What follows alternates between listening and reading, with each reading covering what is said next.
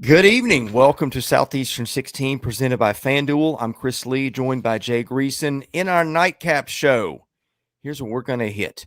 We're going to hit Texas A&M's blowout of LSU, this Tennessee-Kentucky game.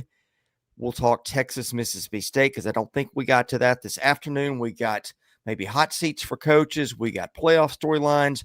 We got all kinds of stuff. But before we get you any of that stuff, we've got our friends at Game Time Sidekicks, which brings you officially licensed stainless steel drinkware, all SEC schools, 350 other universities, stainless steel sippy cups, tumblers, 40-ounce bottles, and shaker cups. SE16 gets you 20% off your entire order at GameTimeSidekicks.com.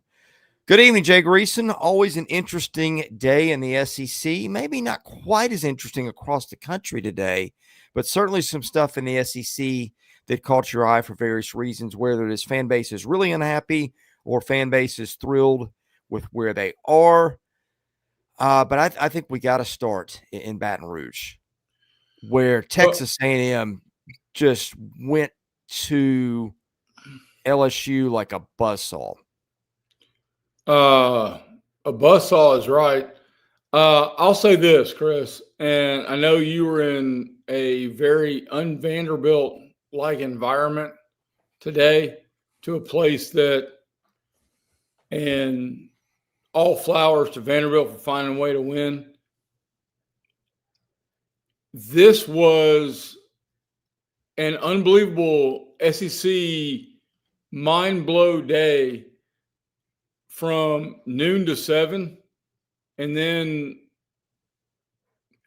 let's just say I got multiple naps in this evening, because of the stompings that have happened tonight. And you are 100% right to start with Texas A&M. Look, there are a whole lot of questions have been offered about Texas A&M. You go to Baton Rouge and do that at night. Yeah. A&M, hey, I'll be real curious where I had A&M won last week. I'll be real curious how many people join me with A&M won when we do our power rankings come Monday. Well, look, I had them too. I had vaulted Alabama ahead of A&M, just kind of based on some style points lately and some big wins. There is no question who I'm taking at one this week. No offense to Alabama. It went and got a road win. I just don't think those are easy much of anywhere these days. And I don't devalue what Alabama did, even if Carolina's not having a great season. But LSU went in. I mean, that was super impressive. The team speed, the special teams, the falling behind late in the half, and then just coming back and just stepping on LSU's neck late. And by the way, we'll talk about the LSU side in this later, because boy, there's stuff to talk about there. But let's start with A&M, because that is, I think if they're not number one in your power rankings next week, I don't know, maybe, I mean, I don't think it's like they're not 3 notches ahead of everybody else, right? But I think if you don't have them number one, between who they have beaten and the way they are playing, I don't think you're paying attention if you don't have them there too. Well, I think a big part of that is the maturation of Marcel Reed. I mean, that offense is so diverse. And the end of our show is going to be dominated by coaching hot seats and what is and is not right. And Bo Jackson, he heard coaching hot seats, and he's going to instantly start barking about Hugh Freeze and how he should have been fired regardless of the outcome today. But when your offense is as diverse as Texas A&M's is, you are hard to contain, period. Yeah, and just their speed right now. I mean, I guess the game-breaking play was the Concepcion punt return. He had another one that he broke for a long score. I don't know how many return yards they ended up with tonight. but it might have been pushing 200. He and Craver, I mean, they just have so many guys that they ran the ball well tonight for 224. Reed went over 100, and they just had then a bunch of backs who gave you 2-3 dozen here and there. Again, I think that their big three right now are Reed, Concepcion, and Craver. But they got a lot of other guys here and there who can make plays for them too. I thought LSU's offense showed a little bit more life last week. And again, I think that the group of talent there is not bad. Their defense, it's not great, but they get pressure on you, which LSU has a problem with at times. They've got a little bit of everything, Jay. Well, a big part of that conversation is, I mean, you said their defense is not great, but their defense is put in a very favorable position because their offense is always going to put pressure on the opposition. So if they're scoring points, look, they gave up 42 points to Arkansas, but Texas A&M's offense was always had their foot on the accelerator. So consistently, they put the opposition in a place where you feel pressure on every drive. Texas A&M's good now, and look, let's not bury the lead. In the NIL era, Texas A&M's roster is rich. Yeah. Here's the thing, Jay.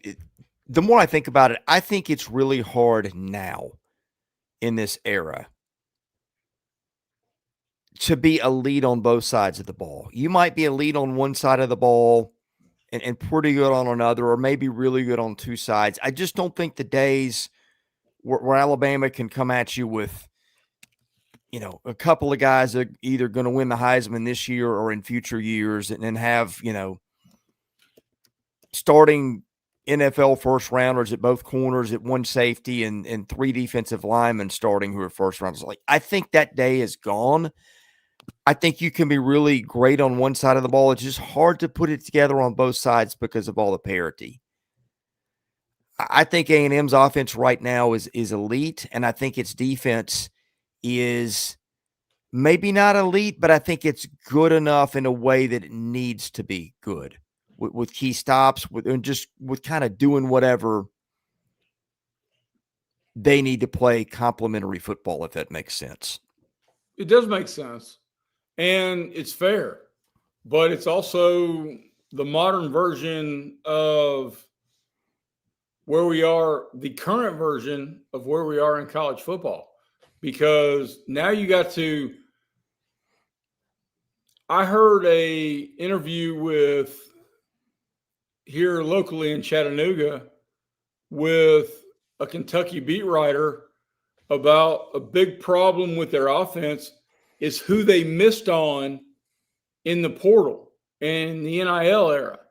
I mean, they've got like dudes who got hundreds of thousands of dollars who portaled in who are no longer starting. And I mean, it's become like free agency in the NFL. If you miss, it is not only a missed opportunity, it's a detriment to your football team because you're now paying a percentage of what you're allocated to a guy who's not contributing. Yeah. Or you can do what A&M did and bring back just about your hold too deep on your offensive line and mash people the way they are right now. Again, common theme. You said LSU, but you don't mean that. I'm sorry. I meant A&M. I'm sorry. Yes. A&M brought back, like, I think there was as much. Now, that doesn't always translate. Florida would like a word here. Brought a lot of guys back. But I think kind of one common denominator with some good teams this year, offensive lines and continuity. And again, LSU was a different story, losing those 2 first-round tackles. And now the problem for LSU, let's hit the Tigers for a minute. Man, it all just kind of fell apart tonight. You saw the stands empty out early. There are people in our chat here saying they were fire Brian Kelly chants. You saw Garrett Nussmeier leave the game early, visibly frustrated. You saw Whit Weeks, who didn't play again tonight. That's 2 weeks in a row. They really missed that guy. Just lighting into his defense early third quarter, like they needed a wake-up call. It is not going to be a good rest of the weekend for Brian Kelly. I think Brian Kelly should be fired, honestly. I think Hugh Freeze should be fired. And that's not opinions coming off of Saturday. That's opinions off coming on what those programs should be. So, look,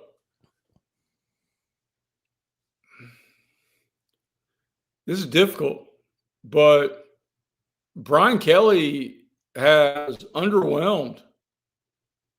Whether it's the faux Cajun voice, whether it is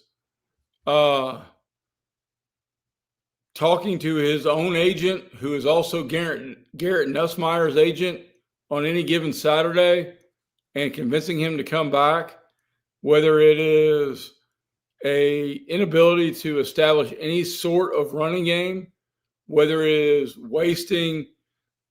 Hey, you want to talk about how the portal and everything important in that? LSU had the highest price and the number one ranked and highest price portal class in this offseason. And they got worked. Period. Yeah. Well, I mean, the problem tonight was that their defense has shown up all year. Vanderbilt did get 31 last week and could have had 38, but still played okay against Diego Pavia and company. Tonight, it all came off. Well, and that's fair. But they answered our biggest question in the offseason outside the offensive line. Could the defense respond? And the offense has now pooped their pants. Yeah. Yeah. All right. Speaking of mismatches tonight,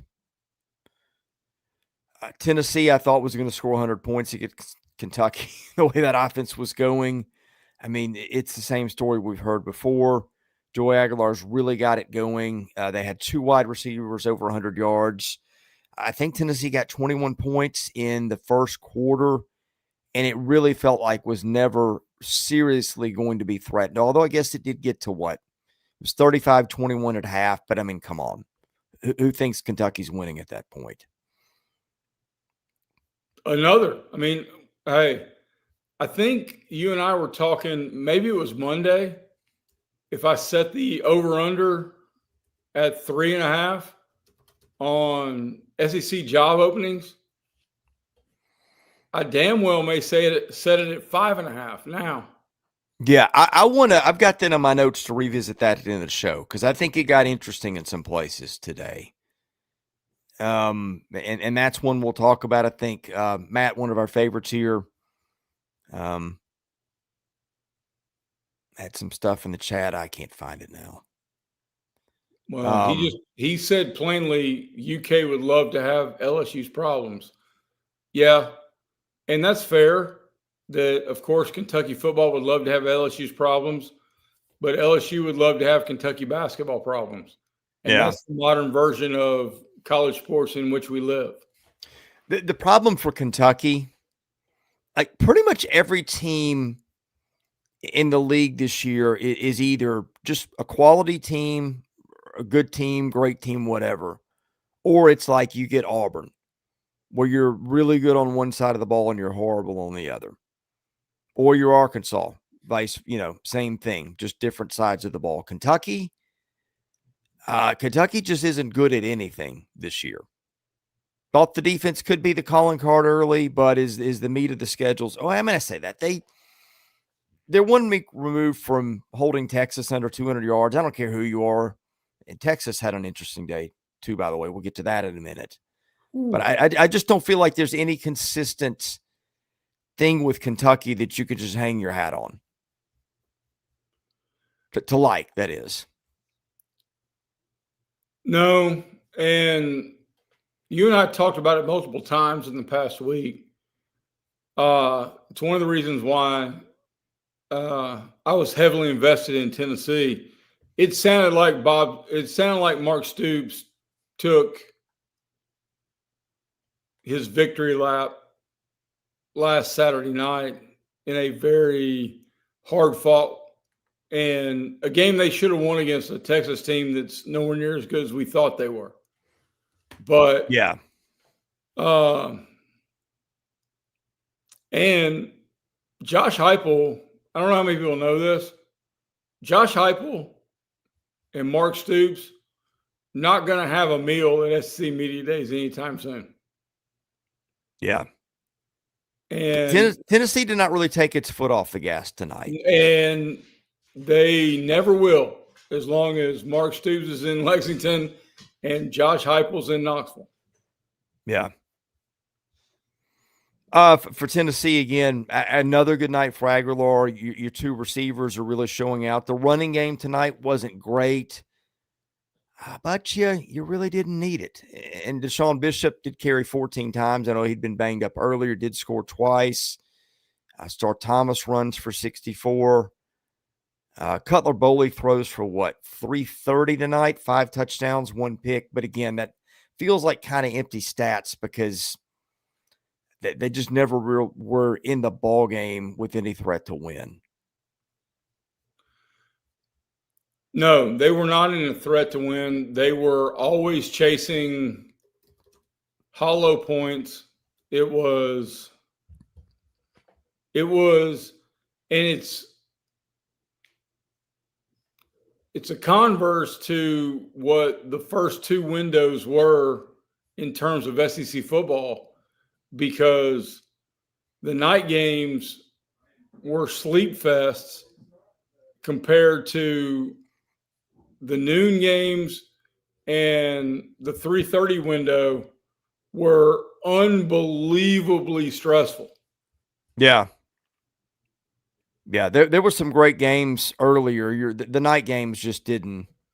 I at least thought A&M and LSU might deliver for a lot of reasons, but not happening. I mean, frankly, this was not a great slate for games in college football this week, period. I mean, the SEC was basically the best of what you got other than a couple of games here and there. And one in the, South Florida, Memphis was one we had our eye on, and BYU, Iowa State. I mean, that was the best of the rest of the game. So, I mean, as bad as as boring as it was in the SEC today, Jay, it could have been a lot worse. I want to go anything else. I just don't know what else to say on Tennessee. I feel like it's the same script every week. They put a bunch of points on somebody. They give up 30. And there you go. That's it.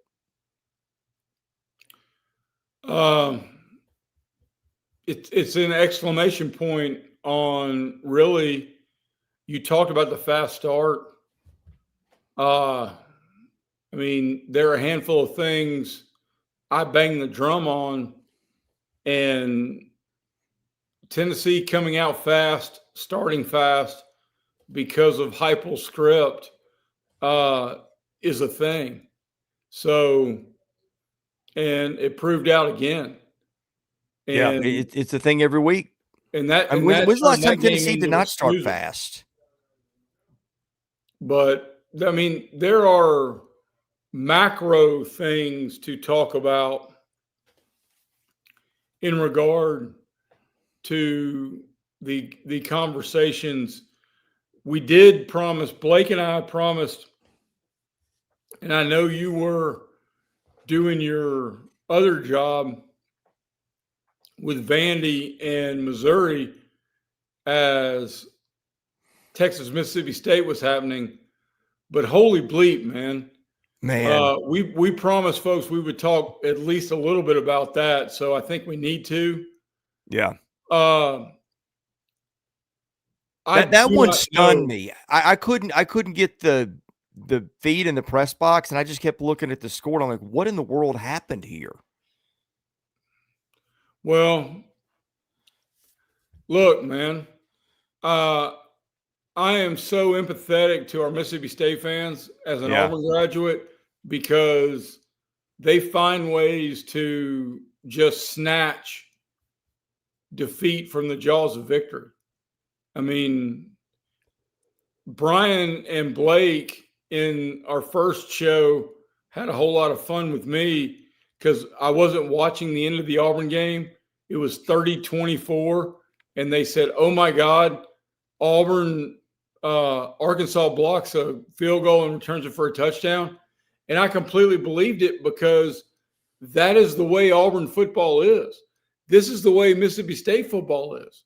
I mean, you're not wishing for good luck. You're wishing for bad luck not to happen.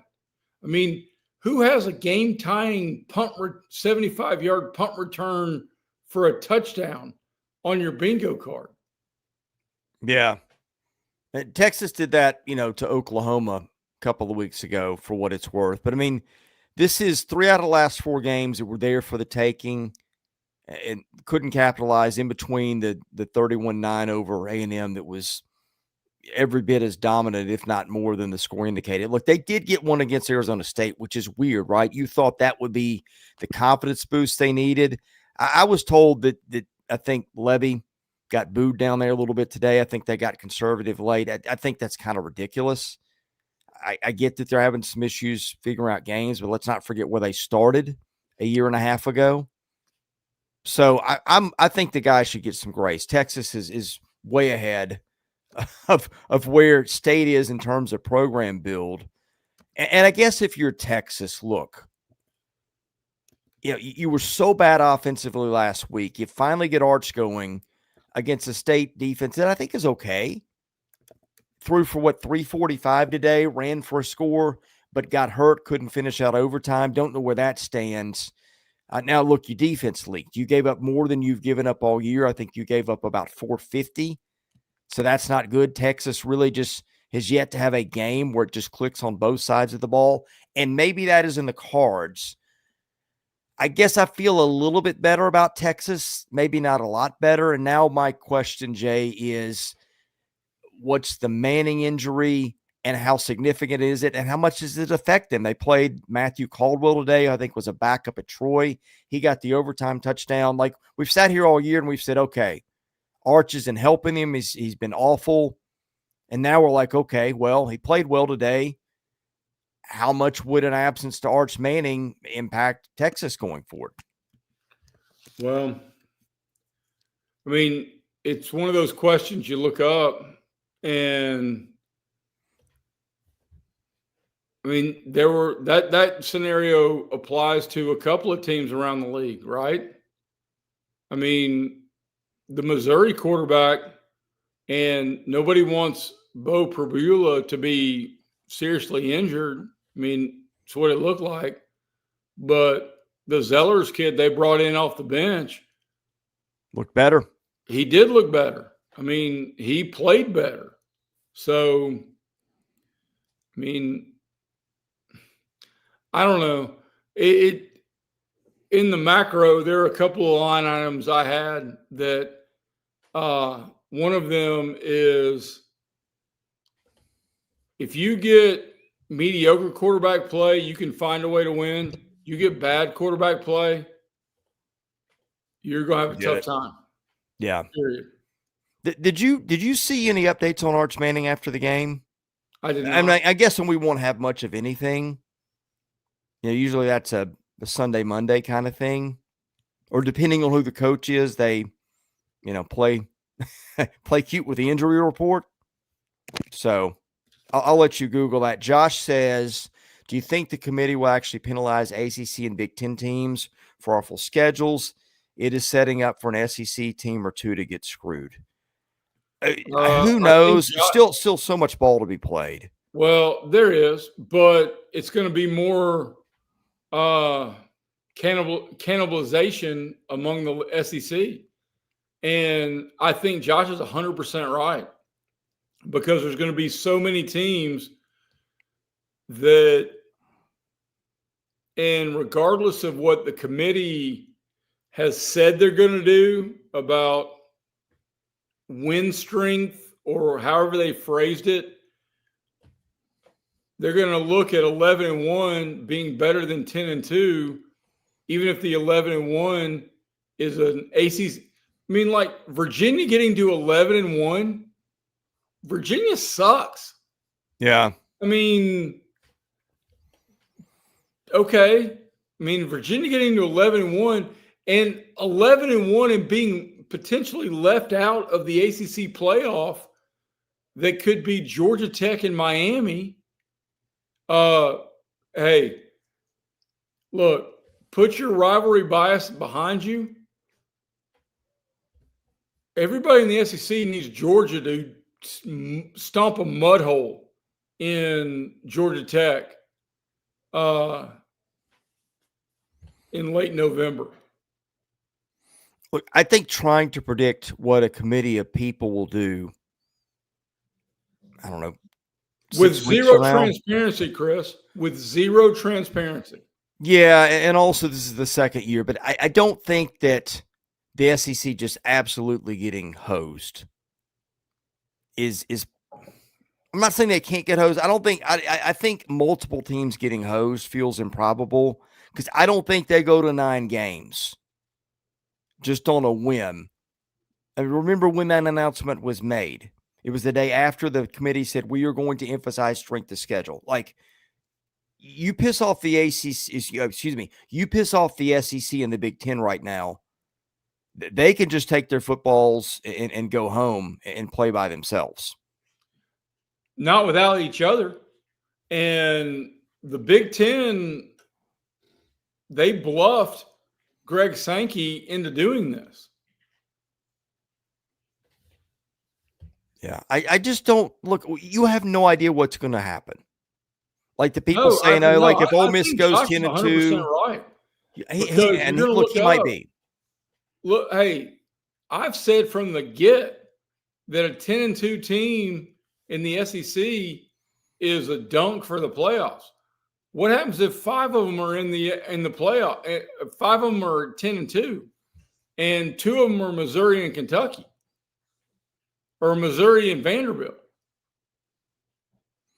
Well, I mean, what happens if? Yeah, well, and we'll see one of those one-loss teams loses the conference title game. Then what do you do? Well, what happens if and in a million years, I don't expect them to get there. What happens if a 10-2 Alabama is staring at 11-1 Virginia? One of those 2 losses for Alabama was against Florida State, ACC cellar dweller in FSU. And I mean, the conversations about transparency, about strength of wins, or whatever the committee shared it, this is never going to be fair with the current unbalanced schedules. I mean, have you seen the various stats about, like, Indiana's played like the toughest schedule in the Big Ten, and they're going to end up with 2 wins over ranked teams. 2. Yeah. Oklahoma's going to have a tough time making the playoff now, and they've got 4. Yeah, I'm looking. Well, we'll get into this later in the week. I'm not going to unpack all of it right now, but I think is a tangent. That's kind of what makes A&M's schedule on the whole much more impressive, because they are taking on some dudes this year, including Notre Dame. Yes. So yeah. Anyway, and that win, unlike the LSU win over Clemson, the Notre Dame win for A&M ages like a fine wine. Yes, yeah, because Notre Dame, I think you said this earlier in the year, and I said I didn't say I thought you were crazy. I just disagreed. I'm coming around on that more and more. If Notre Dame can go 10-2, Yeah, just because of how impressive it has been in its wins, and both those losses were just that close. well, and the other part of it is they're very likely going to be one possession, and in the A&M case, 1 point losses to teams very firmly on a playoff path. Yeah. Jay, we got medal stand. We've got coaching carousel. We'll hit both those. We'll hit some national perspective stuff. We may touch for just a couple seconds on the other games from earlier in the day. I mean, just kind of as a way of wrapping up. Before we get there, though, reminder, help out those who help our show. That includes our friends at Yearly Company, a Nashville-based fine jewelry brand built on tradition, designed for meaning. Each piece handcrafted from 14-karat gold and natural gemstones, made to measure for a perfect fit, backed by a lifetime guarantee. Every Yearly Company bangle is custom sized, so knowing your size is the most important first step before you order. That's where the sizing kit comes in. It's the perfect place to start, especially for husbands who want to have sizes ready now, so shopping closer to the holidays is effortless. Code SE16KIT, KIT, gets you 100% off the sizing kit. Go to Yearly Company. Start getting your Christmas shopping done now. They can help you with all that. All right. Also brought to you by our friends at Rockform. Man, I love their stuff. Love their stuff. I've got my phone in it. I've dropped it I don't know how many times. It never gets damaged because it is in a Rockform case. That is ROKFORM. It is extreme protection, super strong magnets, Rock Lock secure mounting, SEC 25 gets you 25% off your entire order. And the vent clip, you got to get that with the phone case. That is just so much better for your car ride and keeping your phone in front of you where you can see it in case you need it. All right. Also brought to you by our friends at Hovey Dry Goods. Your new favorite hat. Hey, my Titans stink. My Titans hats are tremendous. And you can go to HoveyDryGoods.com, get your new favorite hat, high quality headwear with a great fit and unique designs. Bad Beat, BADBEAT, gets you 15% off your entire order at HoveyDryGoods.com. All right, Jay. Coaching carousel. I think you were ahead of me on this. I think you've been a little more bullish on a high number of coaching changes in the league. And I think I'm getting there. Okay, let's just go alphabetical, okay? Alabama, no change. None. Arkansas, Already change. And I'm presuming Petrino will not be the interim who gets extended. There's no way any Arkansas fan anywhere, unless Jerry Jones says, I'll give you $100 million for NIL if you keep Bobby Petrino. There's no way I can see that. Auburn, change. Change 100%. I know they won today, and it was unbelievably surprising. They should have fired him at halftime. Yeah, too little, too late. Florida, already been a change. The question is what Florida does with that opening may determine if we've got another one further down the board here in the SEC. Georgia, yes. No change unless Kirby just decides I'm sick of it and ready to retire and walk away, which I don't think we're there. No, or unless some NFL team comes calling, but no.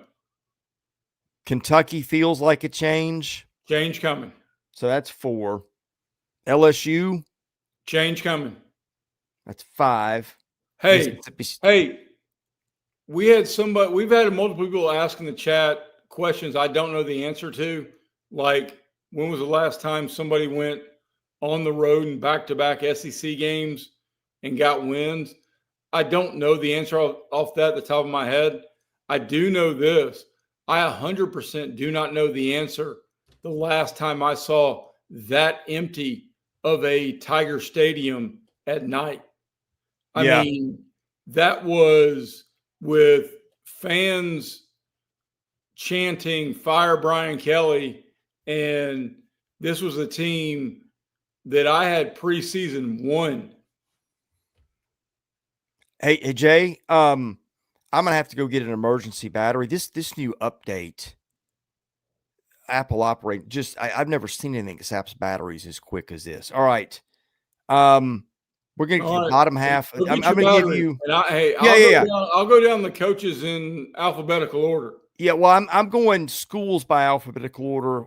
So we're next at Mississippi State, then Missouri, then Oklahoma. Missouri, they forever love their coach. The only way Missouri gets open is if Florida or someone else hires Eli Drinkwitz. Oklahoma now becomes interesting. There were a lot of disgruntled Oklahoma fans about we talked about it at the beginning of the season, Chris, that Brent Venables' seat was as hot as Hugh Freeze's seat.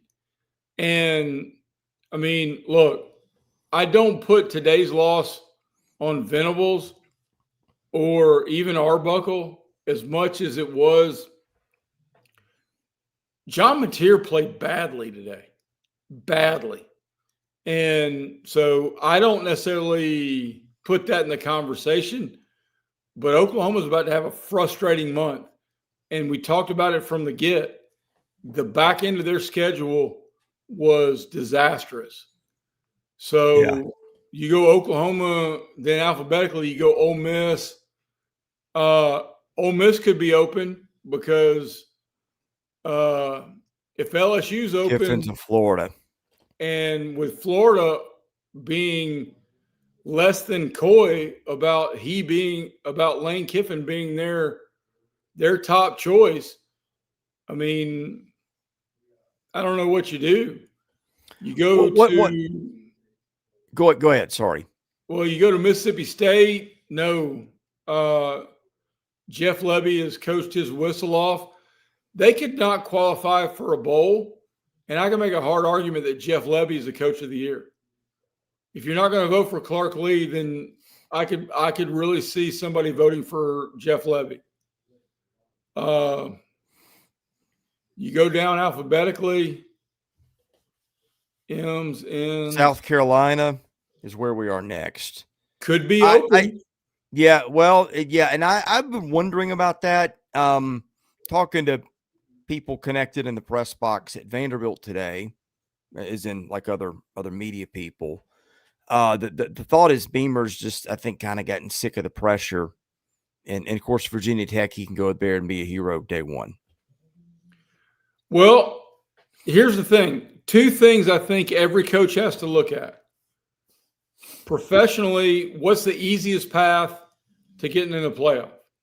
It's easier in Blacksburg than it is in Columbia just because of the competition. Two,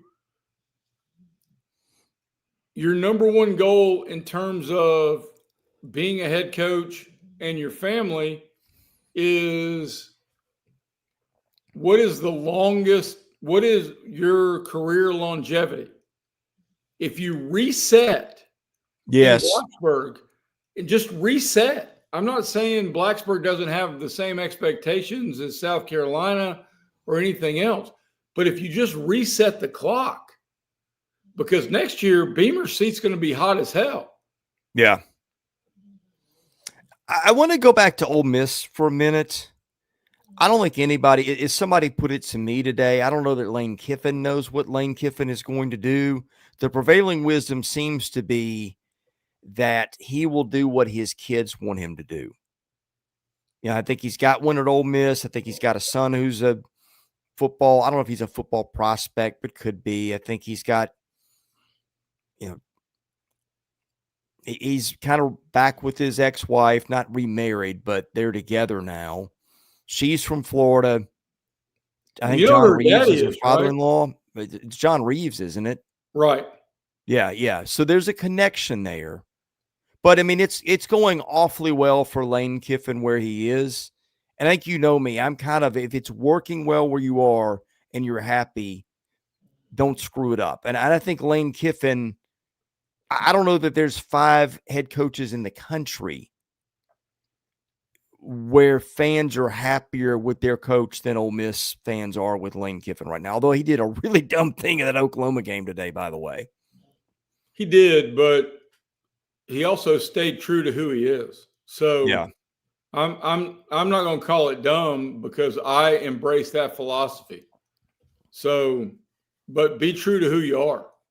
Yeah. If I'm him, I don't think I leave, honestly. He did a really dumb thing in trying to incorporate Austin Simmons into, I mean, his worst coaching decisions today were trying to put Austin Simmons in meaningful leverage situations, and Austin Simmons failed him mightily.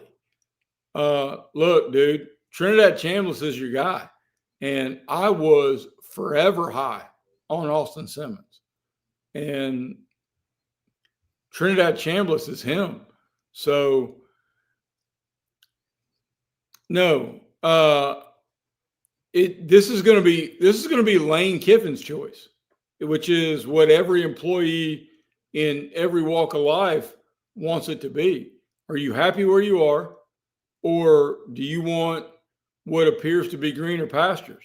Because Lane Kiffin is going to be candidate one for a whole lot of primo jobs that I believe will be open in the next cycle. And we haven't even gotten to one that we've talked about, that we haven't talked about yet.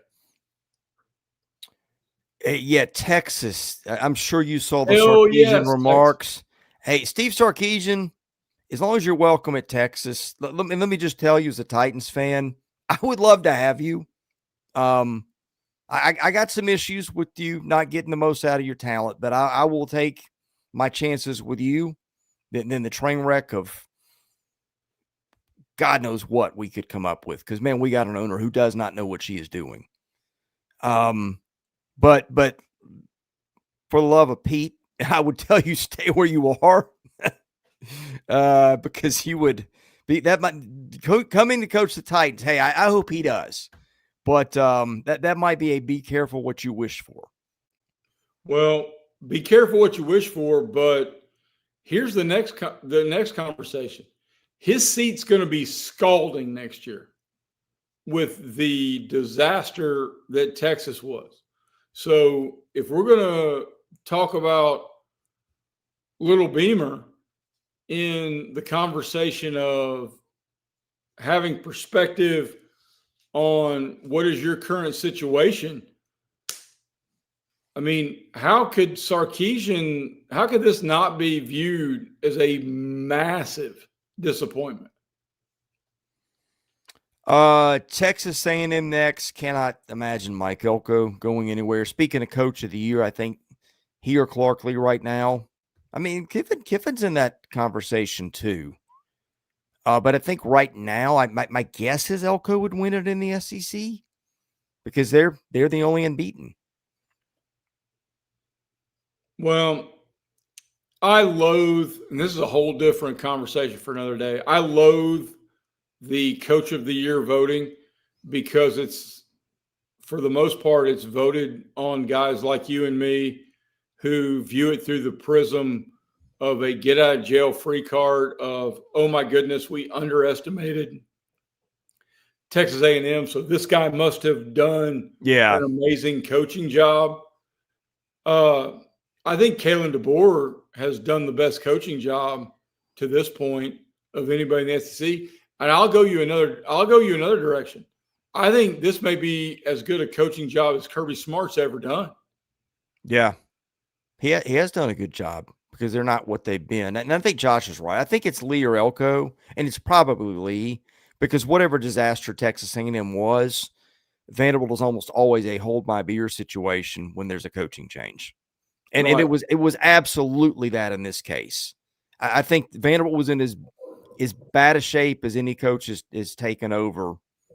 And they've had a bunch of coaching changes. I think in the last 50 years, that situation, in part because of what having Sarah Fuller, the kicker, pushed on them, did to a lot of those kids mentally, was it was I mean, it's like when Vanderbilt's changing coaches, it's almost always bad. It was extra bad last time. Which brings me to Vanderbilt. My understanding is Clark Lee is getting some sniffs on at least one big job, but I don't think he's as well. He should. As well, he should. So I mean, that is we're looking at. Let's do the count again.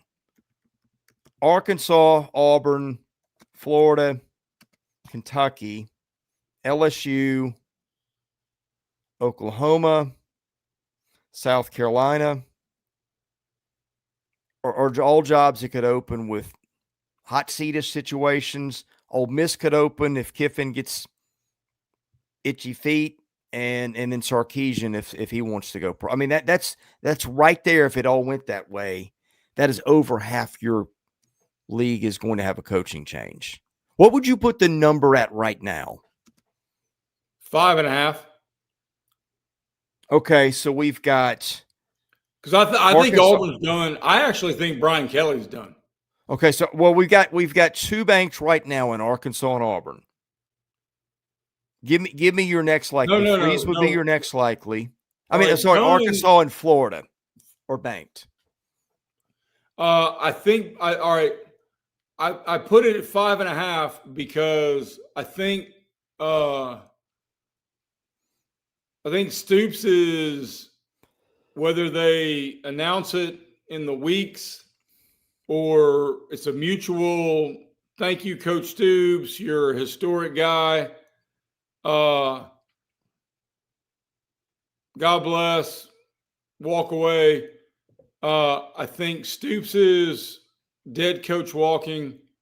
I believe in my soul Hugh Freeze is dead coach walking. Puts us at 4. I think Brian Kelly is out of goodwill. I don't know if they want to pay the buyout, which is going to be close to 50, but yeah.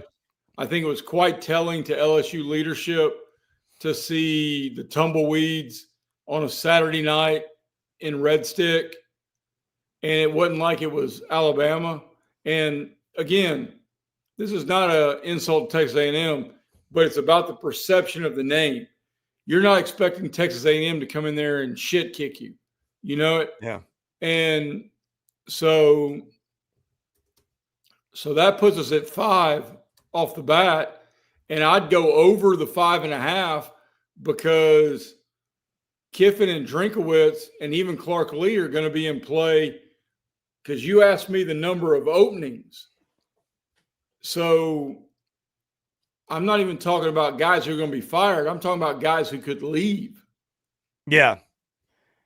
LSU, the booster thing has come up a couple of times. I was actually talking to somebody Friday. I'm not going to say he was super plugged in there, but grew up there. Big fan. He said that is not a situation where they've just got tons of billionaire boosters hanging around. Do you know who I was told their number one booster is? No. I would have never guessed this in a million years. I think his name's Todd Graves. He is the Raising Cane's guy. Well, I know my daughter loves their chicken. Yeah, he's worth apparently $22 billion according to Google just now. So I don't think they've got, which is a lot of money.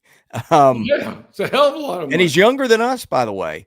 But anyway, just for whatever that's worth. So I mean, I think you said 5.5. Josh said 6.5. I think Josh might be closer to being right.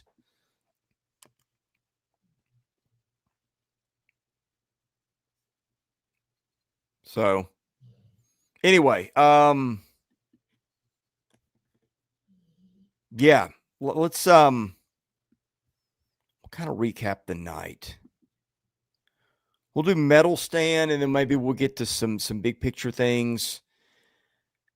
Story. Well, let's see. Medal stand. I'm going to give you my players, and then you give me your thoughts. I think gold medal Trinidad Chambliss today. What he throws for 315, touchdown, no picks, runs for 53. It was easily one of the best stat lines in the league, but it wasn't just that. It's that Ole Miss went and won on the road at Oklahoma's defense, which I think had been the best in the league. Silver, I'm going to give it to Marcel Reed. Over 200 passing, over 100 rushing. A&M was just dominant tonight. And bronze could go to a lot of people. I'll give it to Joey Aguilar. I know Kentucky's no great shakes, but he threw for nearly 400 tonight. We doing players first? Yeah, that's what we just did. Do you have any beefs with the ones I picked? I'm going to do the Pleasant kid, the Auburn defensive back who jumped out of zone and made a great read and picked off Taylor Green and actually gave Hugh Freeze's Auburn coaching tenure a little bit of lifeblood and returned it for a pick six. I'll also, Alex McPherson, considering what that kid has been through, and I don't want to be super Auburn dude, even though a lot of people think I already am, but Alex McPherson was facing a critical internal disease issue, and he's back on the field, and he made 5 field goals today. It wasn't like 6 months ago. He was down to like 130 pounds. So the other player I would go, Trinidad Chambliss is a very good choice. Can I go Vanderbilt collective? Because for so long we have said this is Diego Pavia and everybody else. Diego didn't play good today. And they still found a way to win. And look, I'm 100% believer in the rising tide raises all boats. But so Diego's confidence has lifted Vandy to a place, but everybody else picked up Diego's drop chalice and lifted it, drank from it, and prevailed. Yeah, their defense really showed up big in big spots today. That's probably, if you're going to go Vandy, that's probably who goes on the medal stand. So such a huge win, such a huge moment. Yeah. I think if we're going to go medal stand teams, I think we both go Vandy with the gold because of, and I'm not saying they played their best football game, and in a lot of ways, there'll be a lot of Missouri fans in here who will rightly say it's because Missouri's defense is legit now. Legit. But you go your next two, but I think Vandy sweeps the gold just because of all the pomp and circumstance around everything that happened in Nashville today. I think that's arguable. They were also home. I went A&M with the gold, road win at LSU, and just probably the most dominant performance of the day considering who they were playing. And I went Ole Miss for silver, just for going in and putting up that many points on Oklahoma, that many yards in a spot where just nobody had been doing that to OU's defense. And then I went Vandy bronze. It wasn't Vanderbilt's best day, but look, we're living in an alternate universe when, okay, Vanderbilt didn't play great, beat a top 15 team at home in front of game day. You walk out going, okay, not your best day, but all your goals are in front of you. It's just a different world for them. But all those are defensible. But I think the three, we wouldn't argue the three, maybe just the order. Well, I'm going to add in I look, A&M going in flexing. I mean, Yes. completely flexing on LSU is impressive. But I'm going to add one Okay. and I would have Vandy one. I have A&M two. I was surprised how badly Oklahoma played, so I would leave Ole Miss off. And the third one I'm going to put in there, and dear Lord, man, everybody knows where I went to school, so this is tough. I think there is a great strength in finding different ways to win. So I'm going to put Alabama in my bronze there because they went on the road against a desperate South Carolina team, and they have won they entered with a 6-game winning streak because Ty Simpson looked like the best player in the country, and Ty Simpson did not play well today. So they found a different way to win a football game in a critical situation, playing 5 consecutive SEC games in a place that was nuts and desperate. And so I was unbelievably impressed. I was more impressed with this Alabama win than Alabama going to Missouri and winning, to be quite honest. Yeah. Yeah, it's tough to win on the road anywhere. Story of the night, I think, is just that LSU A&M game. Kind of equal parts how dominant A&M is and how frustrated LSU is. I think second storyline is kind of Ole Miss and Vanderbilt improving playoff chances. That's probably your next thing. Tennessee staying in it. Yeah, and then just the coaching thing we went through. I just think that's got the potential to get so crazy. And it's going to get crazy quick, Chris, because there's already so many high-profile job openings. I even had somebody text me today, do you think they could keep Hugh Freeze at Auburn because you don't want to be in the long chow line of trying to hire the 3 or 4 big-name dudes and maybe wait a year? I mean, I don't even know. That's potentially a real thing, considering we already have Florida, Arkansas, Penn State, UCLA. I mean, we already know Virginia Tech, Oklahoma State. I mean, we know of all of these high-profile schools that are going to try to go find home run hires. Do you really want to get into the buffet line at Quincy's and go, more gruel, please. More gruel. No, is that what they say at Quincy's? No, that's a reference I haven't heard in a long rolls time. at Quincy's. Right. I've not thought about Quincy's in a minute or two. Are they still around? I don't know. Probably not, because the buffets they took a nosedive after the COVID. Right. Is Bonanza still around? I don't think Bonanza's around either. No. That was the thing when we were kids.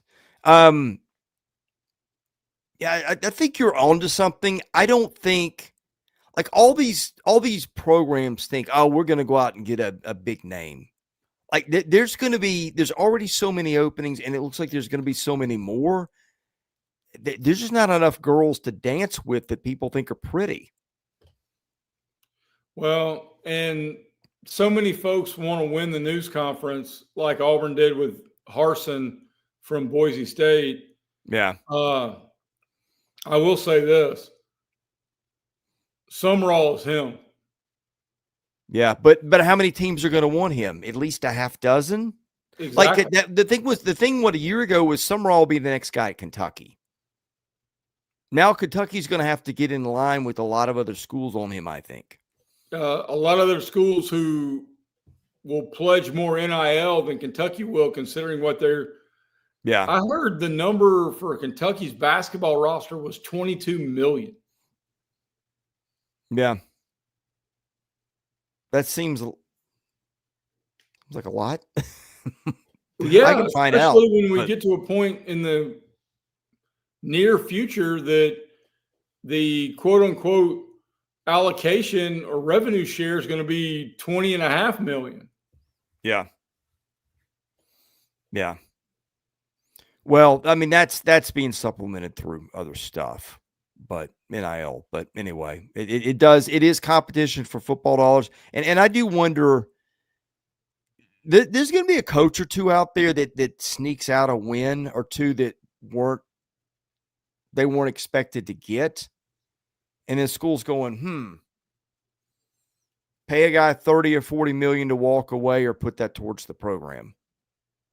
And Mark Stoops is the place where I think I get that it's run its course with people up there. Maybe they're sick of it, but that's a place where to me it feels like it makes sense because he had a pretty good run of 7 or 8 years.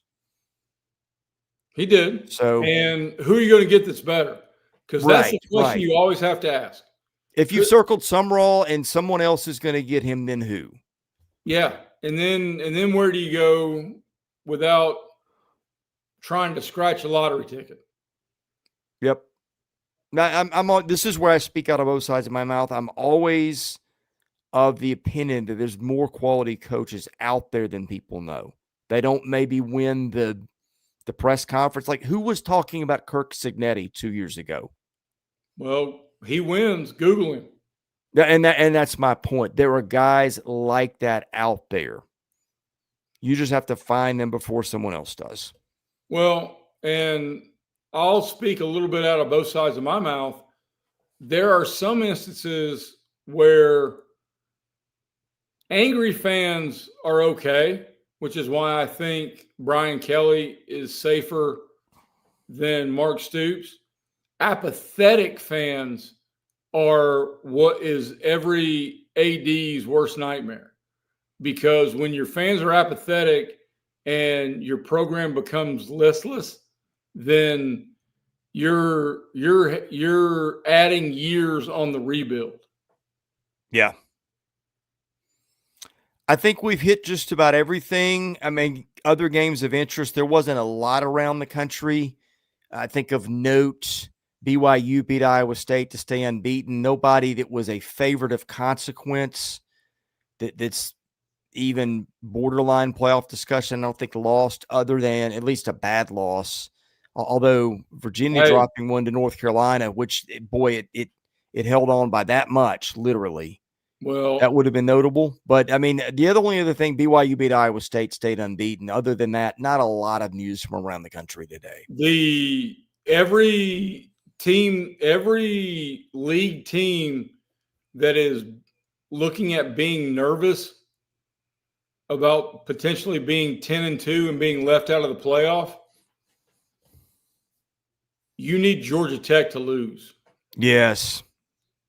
Yep. Georgia Tech is punching people in the face. Because unbeaten in a power conference is not getting you left out. 11-1, and even in if that loss is to Georgia, because that's far and away the most difficult game they have left on the schedule. You go 11-1, and even if you lose in the ACC title game, that's 11-2, and getting to a title game, you're going to have a hard argument. I mean, that becomes real easy for the committee to make you the second best ACC pick. Yeah. ACC is making it interesting as we get into November. We're almost there. I guess we got one more October weekend. Halloween? Halloween's Friday, isn't it? November 1st. Okay, yeah, okay. Friday, Halloween's right. Chris, when we get to 12:15 Eastern, and I'm the one who has to come up with factual details, we know the show's run its course. Yeah. Yeah. Okay. Well, with that, I got early church anyway. We got a first communion, so tomorrow's a great day for us. Good for you. Anyway, hope it's a great weekend for you guys too. We'll be back at it Monday with power rankings. We'll have playoff stuff. We'll have predictions. And then we'll do it all again next week. And what a fun football season this has been. Hope you guys enjoyed it. Get a good night's rest. God bless you. Be safe. For Jay Greeson, I'm Chris Lee.